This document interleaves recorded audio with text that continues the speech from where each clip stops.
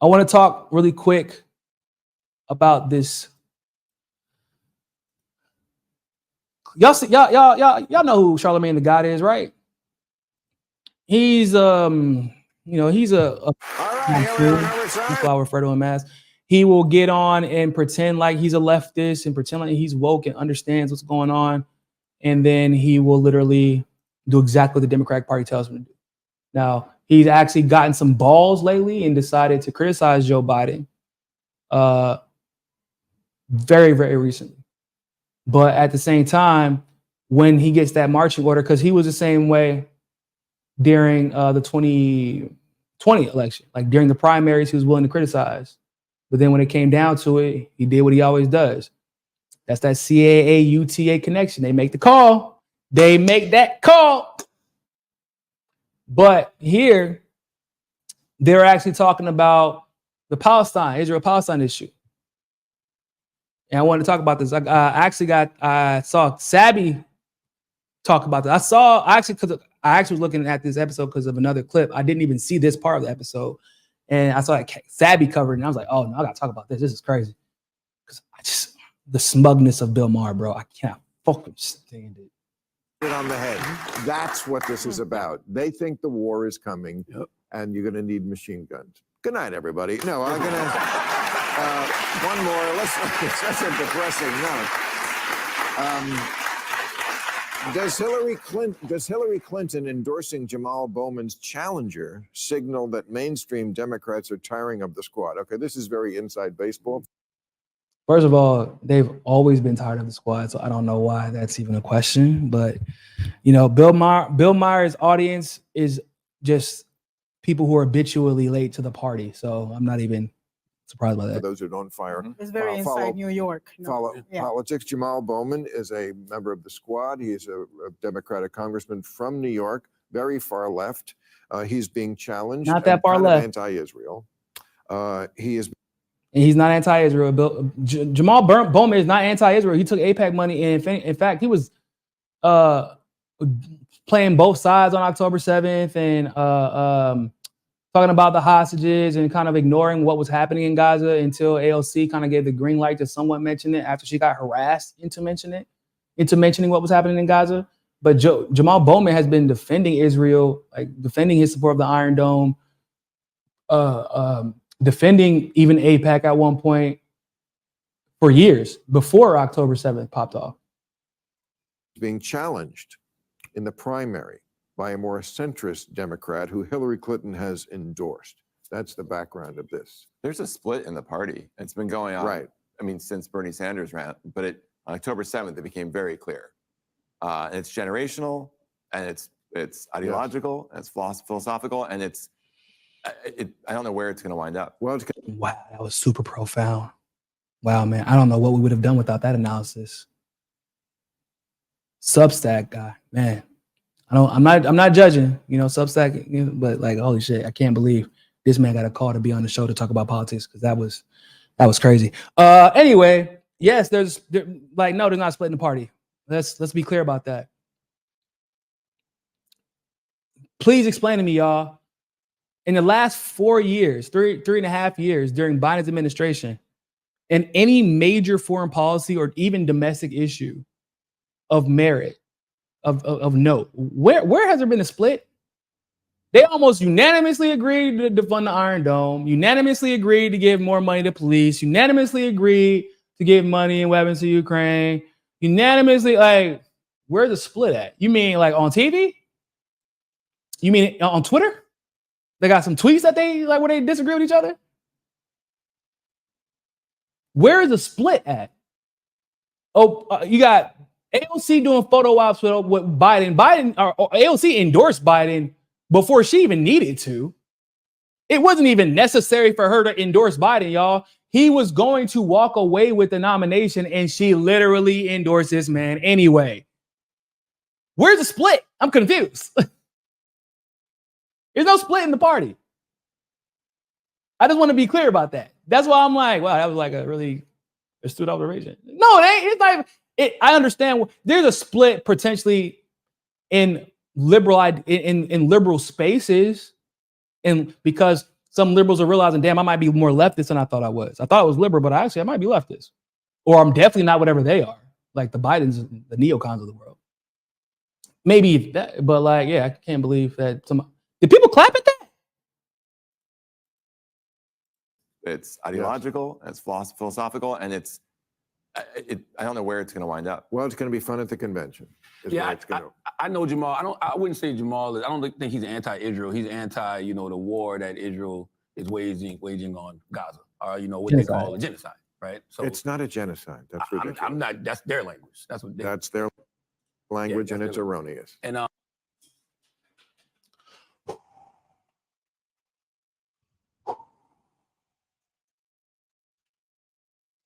I hate how Bill Maher has so much free time because he don't even write his own shit. He don't produce his show. He don't, hell, it don't even look like he look at the cards. He probably don't even put himself on. He don't do his make. He got all this free time, y'all. And he still don't just take 5 minutes to look up the definitions of words. It's not a genocide. It's erroneous. That's erroneous framing. It's erroneous. How?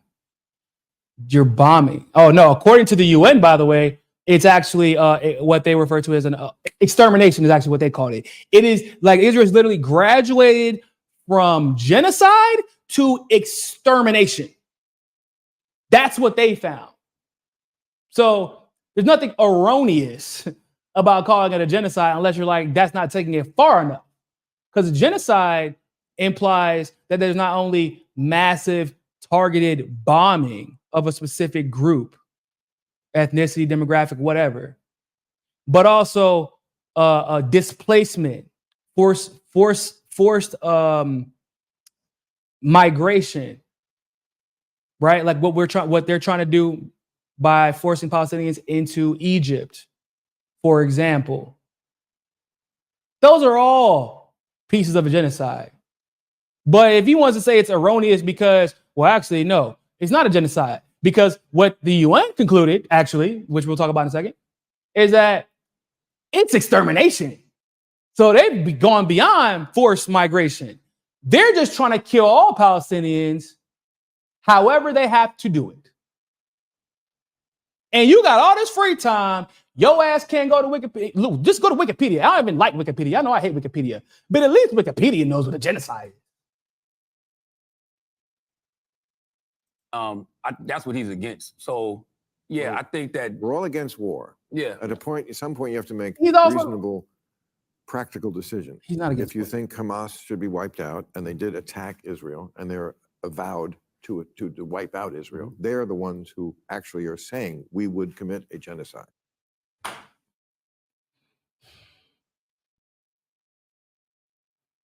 Okay. So,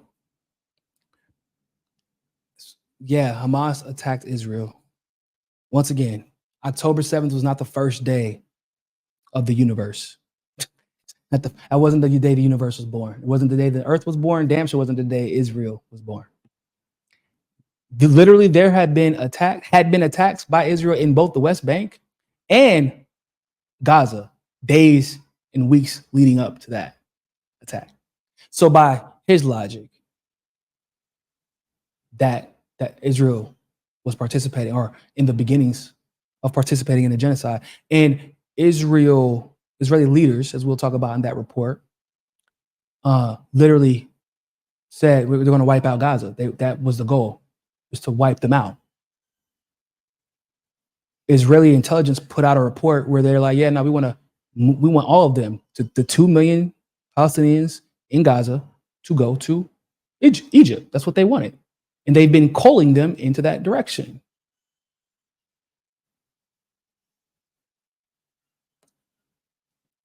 Like, so you do know what a genocide is, but it's just that basically, if Hamas attacks Israel and some prisoners get killed and 1,200, well, allegedly 1,200 people, but actually it was less than that, and it was Israel who mostly killed them. But whatever. Some people get killed in an attack, a retaliatory attack. Once again, we should be reminded it was retaliatory.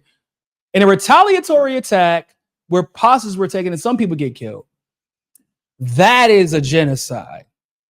But where the leaders come out and say, we want to wipe this entire group of people out and take their land. Or we can force them into, we can force them into Egypt. That's fine too, whatever one.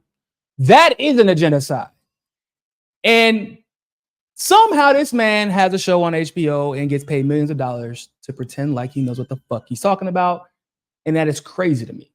And I don't know. And Charlamagne just kind of like sits there and like looking crazy at him like you don't know what the hell is going on. I just don't understand it. And we do not want a ceasefire. And we do not want a ceasefire, and we do not want a two-state solution. If you think they have to be wiped out, then Israel is going to have to conduct Do you this war. think Netanyahu wants a ceasefire? No. No. Of course That's a not. He wants to problem. finish That's a the war. problem too. So does everybody in Israel. They all. No. Yeah, I can't believe she actually got that part right. She was like, yeah, do you think Netanyahu wants a genocide? Wants a ceasefire? Yeah. You can't be like, oh, Hamas doesn't want, but Hamas offered. We already know. They said we do 100% prisoner exchange and everything can stop right now. Because that's why they took the prisoners. It was to get their prisoners, their hostages that are being held by Israel without charge back. We could have been at a ceasefire. But her point, well received. Netanyahu doesn't want a ceasefire.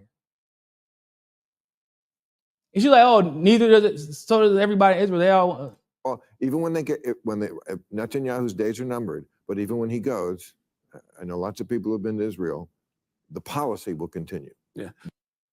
That's kind of true, but the problem, that might have been true before. So here's the deal. That was before he had members of his own administration leaving because they're tired now of the policies of Netanyahu because now Israel is more unsafe than it's ever been, right? To the point where literally former generals of his that were working in his administration are like, nah, this is too much. We're out.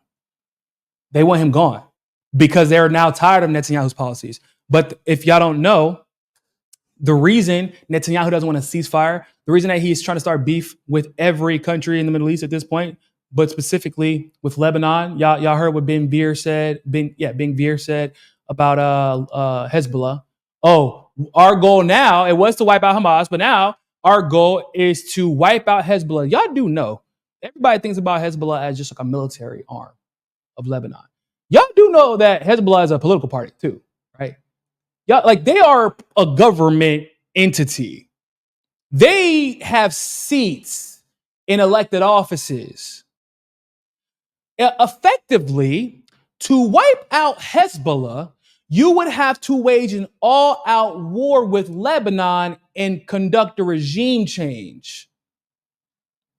So in other words, they want an infinite war with Lebanon.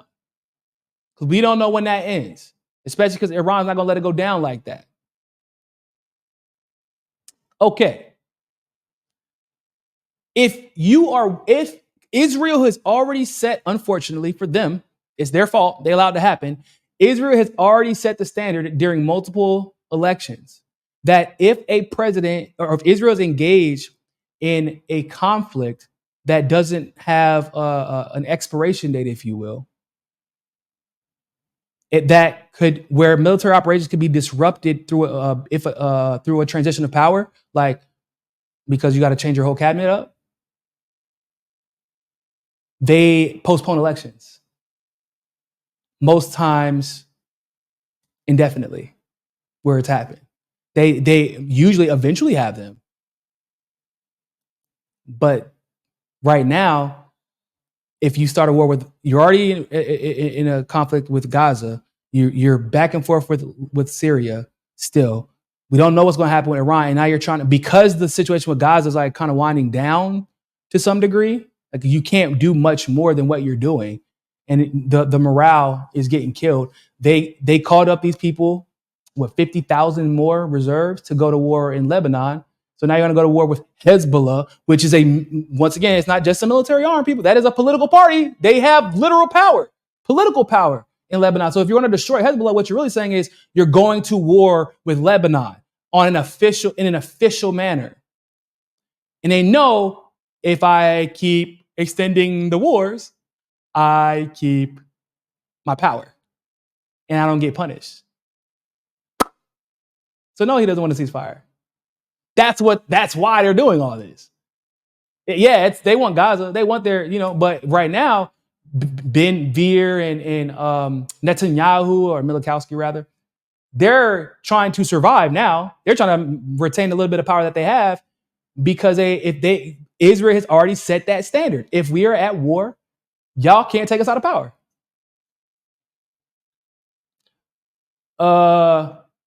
Sparky, thanks for the super chat. Michelle knew being in the White House would be a personal sacrifice. She made her sacrifice. Now she's done with it. Yeah, I believe that. You see my super chat about DI Barbie doll Katie Halper's producer made for Brianna? I did not see that, actually. How did I miss that? I did not see that.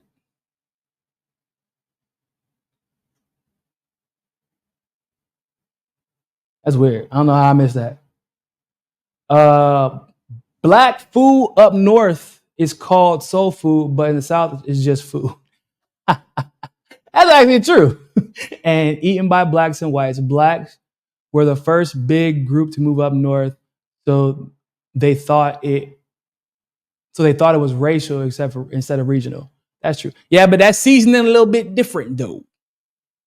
That seasoning a little bit, we might be making the same baked macaroni, but your baked macaroni ain't gonna hit like my mama baked macaroni. That's what I'm gonna say. My mom learned how to cook soul food because she lives in the South, but yeah, our yams ain't gonna be yamming the same. You know what I'm saying? Like, my sweet potato pie and your sweet potato pie ain't gonna be hitting. Like, I don't know if you throwing your nutmeg and your cinnamon on there. You know what I'm saying? Like, I don't know if you're making your crust from scratch. But that's a different conversation. But yeah, you are correct though. The food that they would traditionally consider to be soul food is just mostly Southern food. Let me go ahead and get back to the rest of this clip. They do. It's like they have to finish this But war. as long as Netanyahu keeps this war going, he doesn't have to answer the question of how the hell did this happen in the first place. Well, how was it I possible never thought I would agree with Anna Navarro 2 times in the stream. hundreds of feet from the border of Israel with the Mossad and the intelligence capabilities? And as long as he keeps this war going, he doesn't have to answer the question. Well, But to answer your question, I do think Hillary is supporting the other candidate because the candidate is pro-Israel and Jamal is labeled anti-Israel. To answer the question. right. Okay. But we have to figure out a way to talk about this issue where we are not telling young people that they're dumb. Because when we were young and people told us that, it didn't work. So I don't know how to do it. I don't know how to explain. I'm actually genuinely confused as to why Anna Navarro is making good points right now. What did I miss in the last 2-3 years? Because that's what she did. Isn't that like kind of her job with The View? Is like telling people that they're dumb, like young kids that they're dumb, and telling people that they're dumb. Like, did I miss something? Who is this person? Yeah. How? I don't tell them they're dumb. They're not dumb. They're ignorant. Nah. Bill Maher definitely calls young people dumb all the time, and literally just like, nah, they're ignorant. There's a difference. Who clapping at that? Who clap? Somebody do some research, dox them, give me their address, and I'm gonna talk to them. I need to call that person up. They're not dumb, they're ignorant. There's a difference. Boy, if you don't get your fake ass pseudo-philosophical bullshit, boy, don't be making no 2011 Facebook posts and acting like you done said some shit. They're not dumb, they're ignorant. There's a difference. Nope, you're still just an elitist piece of shit who's not listening. They're not ignorant. In fact, the problem that y'all have with young people right now is that they're less ignorant than any generation of young people has been because they have more access to information than any other generation of young people has ever had. That is your problem. If there's anybody who's ignorant, it's the guy who just literally tried to claim that there's not a genocide happening in Israel when you can just use Google and fucking look at the definition of a genocide and just apply it. It's not hard. There's a difference. To call someone stupid, yes, that's wrong. Stupid, you can't help because you're fucking stupid. He is an expert in that. He's right about that, y'all. He is right. It is hard to help Bill Maher because stupid you can't help. It's just a stupid motherfucker, yo. I don't know. It's just that ignorant just means you don't know something. We are all ignorant of almost everything. There's a practically infinite things We are all ignorant of almost everything. Okay. in this world you could know about. I don't know about 99.99999% of them. That is true. But calling them ignorant would be a terrible electoral strategy. It's electoral, yes. Electoral, yeah, you know what I meant. Electorally, that would be a terrible strategy. But it is the truth. They are ignorant. Is a bad electoral strategy right now. And There's also, nowhere in the world where the far left is winning. The far right's winning, centrists are winning, but the far left isn't winning anywhere. the ignorance is not their fault because they let them out of school that way. The ignorance is the part of the people, the adults and the educators. So I also want to say, I want to address that where you said the far left isn't winning. I don't know what they consider to be far left because I'm confused because they told me that Joe Biden, Kamala's far left. I don't know what that means anymore, I guess. That's confusing. I don't know who he's referring to. But far leftists, oftentimes they will refer to themselves as socialists or communists. You know, like guys at the Midwestern Marxists, for example, like they're communists. They would consider themselves to be quote unquote far leftists. They're not running for office. You got like Kashama Sawant, who's like she's an outlier in the country, let alone the world. George Galloway is an outlier. The majority of quote unquote far leftists are organizing, doing mutual aid, pushing for ballot initiatives, educating. The majority of far leftists they are no longer engaging in invalidating the system. They're trying to uproot the system. They don't want to act like the system is legitimate. You got some people who are trying to run for office that maybe could be considered far leftists, but the majority of the far leftists that I know, the genuine far leftists, not liberals who Republicans hate and they call far leftists, I'm talking about genuine leftists. They are actually trying to uproot the system. They're trying to dismantle the system. They're not trying to ingratiate themselves and win these pretty titles and retirement packages from that system. Who don't do their job anymore. And they let you out of school. They will What? sign that diploma What and you the don't fuck? know a fucking thing. What? Please tell me there's a machine or something clapping for them. Is there a machine clapping? Is that what? This man just went on a whole tangent about not knowing anything. I wonder, does he realize the irony of that statement? He's like, I don't know anything. I don't know 99% of 99% of things. I'm ignorant to, yeah, and they let you out of school with that diploma. You don't know anything. That's the problem. Oh, I hate Bill Maher so much. I hate him. That man really thinks who convinced Bill Maher that he is intelligent? That's really what I be having beef with when it comes to people like that. There are some people who are very good at acting intelligent. Jon Stewart, the reason Jon Stewart pisses me off because I know he knows better and he pretends that he doesn't when it's convenient. Jon Stewart is actually an intelligent person. He pissed me off. Bill Maher is an idiot.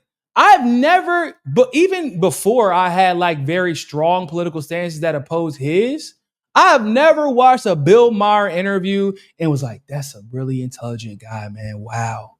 He just said some really insightful, thought-provoking things that like really make me question, you know, my ethos and pathos. Like I really got to go back and do some self-reflection because I watch interviews like that all the time where I really have to go back and like, damn, I didn't think about that. That's crazy. I've never met anyone who said that about Bill Maher. Never one time have I ever heard anyone be like, man, Bill Maher is really intelligent, guys. And I'm going to be real with you as far as the diplomas and shit are concerned. They don't give you no damn diploma if you're not doing the bare minimum to get out. That's the problem is like the shit that they're teaching in school is trash. You don't really start getting educated until you get out of the public school system, until you leave the dogma of U.S. public schools.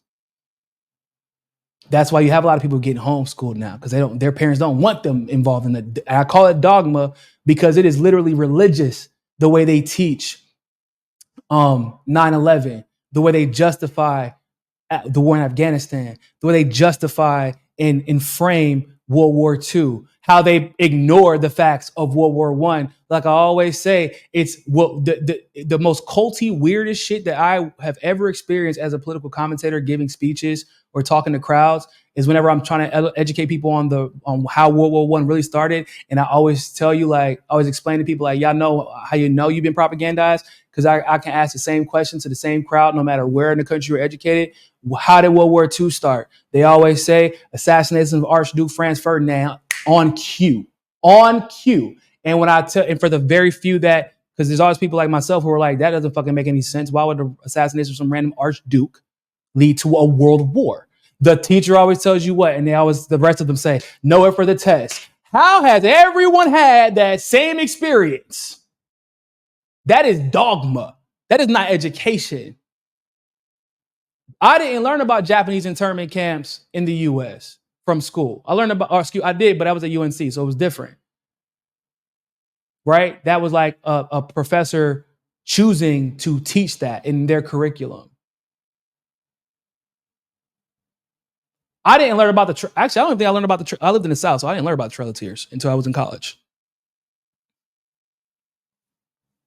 I didn't learn about Berlin's genocide of the Congo until 2 months ago. And it was worse than the Holocaust. It was by far. The estimates for the Holocaust are what? Maybe 3 million or maybe 10 million. I think the Congo's double or triple that, some shit like that. It's verified. There's no maybe about it. And we know who the culprits were. So, people, if they were reflecting and making decisions on the policies they choose to support based off of the education they received in the public school system in the U.S., or rather the dogma of the U.S. public school system, they would be pro-Israel. Because I wasn't necessarily anti-Palestine, and I wasn't pro-Israel, but I was sympathetic, I would say, in my youth, because that's what we were taught. I was apathetic. I was anti. So when I was young, I wasn't pro. I was actually actively anti-war in Afghanistan, but I was still not empathetic or outraged enough about how many innocent people were being killed because of it. Like, yeah, this war's fucking stupid. Why are we there? This is dumb. Like, yeah, that part is obvious, but then there's a very human element of, oh no, there's hundreds of thousands of people literally dying because of this war now. That is horrendous. Now we got to get to the crime. We got to get into war crimes. We need to talk about that. Why is there no accountability and consequence? That's what we need to talk about. So yeah, actually, not buying into that dogma is what makes these kids and go. I know, it's crazy to say, but TikTok got these kids right, man. TikTok has allowed kids to choose the information they choose, how they the vertical is what they call it. And choose what they want to focus on, and they get the option to look at all the information, but then they know like how to focus in, because I can zoom in and focus on this vertical or hashtag, if you will, and I can get as much information as I can. And usually when you do that, you get information about a lot of things, not just the topic you're talking about. And you learn about the Congo. You learn about Palestine. You learn about the truth of Ukraine and Russia. You learn about the Banana Republic, right, in Central and South America. Like, that is the beauty of where we're at, and that's why y'all hate it. Y'all hate the fact that y'all can't just tell kids to believe you. That's what the old people used to do, right? Why is that true? Well, because I fucking said so, and I'm not wrong. You don't question me. That we're past that area now. We know more than our parents, which is a great thing. Every parent should want that. I hope my child is more educated, truly educated than I am. That's the goal. We gotta look at this clip. This clip is crazy. Israel, stand with Hamas, kill another Zionist now, painted on the statue, death to America, of course, with 3 Ks. Death to Israel, death to Zion. That's the cool way to do it. Of course it is. Yeah, and also Ku Klux Klan, because America is run by the Klan, of course, that's right. Well, technically, the Klan is actually embedded in all of the intelligence agencies and police like that. That was an actual official report. So I mean, yeah, I guess technically America is actually ran by the Klan. They're at least ran by Nazis. We do know that. I got a question. How come it's okay for the left to hate the Jews?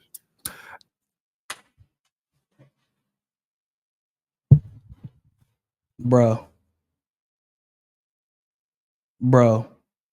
how many protests have we seen where Jewish people were leading the protests? Y'all do know that most Jewish people in this country are actually leftists, at the very bare minimum liberal. Did you hear one thing about Jewish people and even if I assumed what he was saying is true, did you hear anything at all about Jewish people? It was Zionist Israel, Zionist Israel, Zionist Israel, maybe a pro-Hamas statement. Did you hear anything in that about disliking Jews?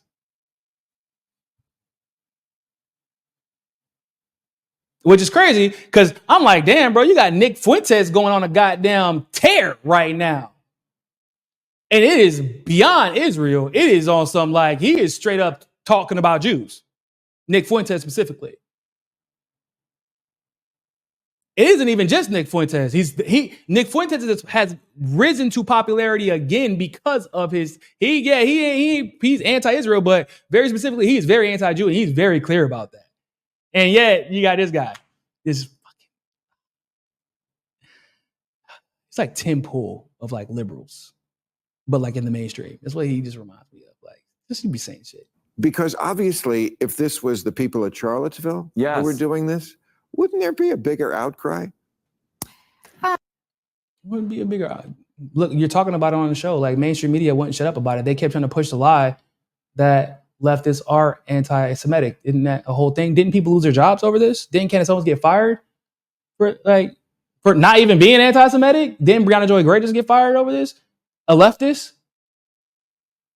Haven't people didn't Governor Abbott just pass a law in Texas basically forbidding kids to protest?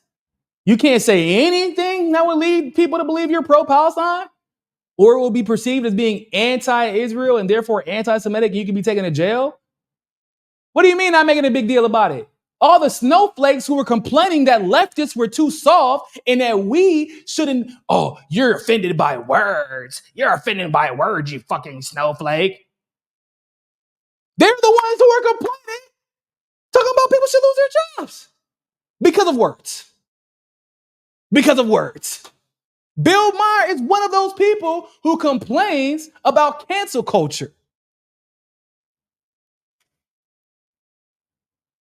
I've never heard a leftist say they hate Jews. In fact, we go out of the way to make the distinction because we don't want anyone confusing. We know that Zionism is anti-Semitic as hell. It is antithetical to the self-interest of the Jewish community. That's a fact. Don't be the Jewish guy who doesn't like Zionists. They will try to destroy you. Oh, especially if you live in Israel. I don't think that's an apples to apple type of comparison, because look, I think what's driving a lot of these protests, a lot of them might be uninformed. Like I said, I don't agree with a lot of what's being done, but the images of children that are being killed through war in Palestine, I think has got people reacting in a certain way. But people are forgetting that this started because of what happened on October 7th. She was almost there. Right? You know, it is Anna Navarro. I guess I got to give her credit for at least getting to that part, to reacting to kids being bombed by Israel. But, you know, we all know, everybody knows, guys, you read your history books, and the Lord said, let there be light on October 7th, 2023. That was when the book of Genesis was written, and that was when the world started. And people are forgetting that there is an administration in the White House right now that is every day trying to figure out a solution to this. And things would be far worse without Anthony Blinken, who's, I think, aged 20 years in the last 8 months, going out there on a daily basis trying to get Things would be worse. Giving Israel a bunch of weapons and the ultimate green light and running cover for them in the media and literally trying to convince the world that they're not committing a genocide and not holding Netanyahu accountable. And Anthony Blinken? You're out of all the people you could have named in the administration to try and say, like, man, they're trying. You named Anthony Blinken? Peace agreement. What's going on is very upsetting and very horrifying. And I'm not defending anyone's actions. But what these college kids are doing that we're excusing because they don't know what they're talking about. Why does he keep getting to talk? I know why he's just a Substack guy. I don't know who the hell Joel Steen is, but I'm starting to realize why he just talks on Substack and no one knows who he actually is. Because this is, every time he talks, I'm like, who invited you here? As if a Yale education isn't better than whatever's happening for these Tiki Torch IT guys who are in Charlottesville. They know what they're doing and they know what they're saying. And we think it's cute because they don't look threatening because they're like comparative lit majors at Yale. But they have way more power than the people in Charlottesville. These are people who are going to I think it's just run the because it's country. coming from the left. Everything is team sports now. Are you kidding? No. You start out your statement by saying, oh man, they're criticizing Israel, therefore the left hates Jews. I just gave you this whole example about Nick Fuentes. Everybody knows who he is at this point. At least people who are in the know politically, they're aware. Like people who are in this space that do this job, they know who Nick Fuentes is, especially if you're talking about Israel and Palestine all the time. Conservatives or libertarians or neocons like Maher know who the fuck Nick Fuentes is. He's the anti-Israel conservative guy who's probably kind of gay and weirdly pretends like he's not. But whatever, that's a different conversation for a different day. But literally, bro, why does he always do this? Bill Maher literally will make a point and then 2 seconds later, in a response to someone else's commentary, will prove he'll contradict his point or he'll either prove his point to his own detriment. I don't understand. How does he get paid so much money to be a fucking idiot on camera professionally?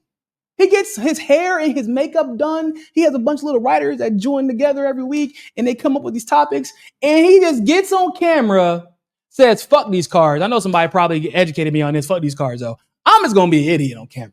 That's what I'm going to do instead. That seems like it's more fun. If the people in Charlottesville who were chanting Jews won't replace us, I mean, that's bad. It's not as bad as death, too. I think death It's real. That's not deplorable. It's absolutely deplorable. Okay, well, if one side is deplorables and the other, It's yeah. Does he he does know, like, literally the politicians? He's worried about some college students chanting death to Israel or Zionism. Like, he's worried about some college students chanting this. He does know, like, the politicians with powers to launch bombs at kids are literally saying, yeah, we're going to wipe out Palestinians. We're going to wipe out Gaza. And they're doing it. Like, it's not like, oh man, you don't think that's deplorable? No. You worried about like what's deplorable, what's off-putting, what's uncomfortable to hear. We talking about extermination. It's happening. There's no, damn, what if they actually did wipe out Israel? No, Israel's actively trying to wipe out these people. And you're like, man, but these words, oh my God. Bill Maher is literally everything he hates. He's literally everything he hates about everything he complains about. Every personality type that he complains about, that is Bill Maher. He is a classic projectionist. And I hate him so much. I wish he would invite me. the other side does something. He got to invite Charlamagne Tha God, bro. He not inviting I think he invited Mark Lamont on once. He invited Killer Mike on once, but he like really tried to control that conversation. But he won't invite Killer Mike on to talk about this though. He damn sure. He wouldn't invite Breonna Joy Gray on, for example, to talk about this. I mean, he knows who she is. Why bring on Charlamagne Tha God of all people to talk about Israel and Palestine in AIPAC? And come on, bro. If I was a Holocaust survivor, and I guess there's not many of those left, but if I was, I would choose Jews will not replace us over death to Zionists.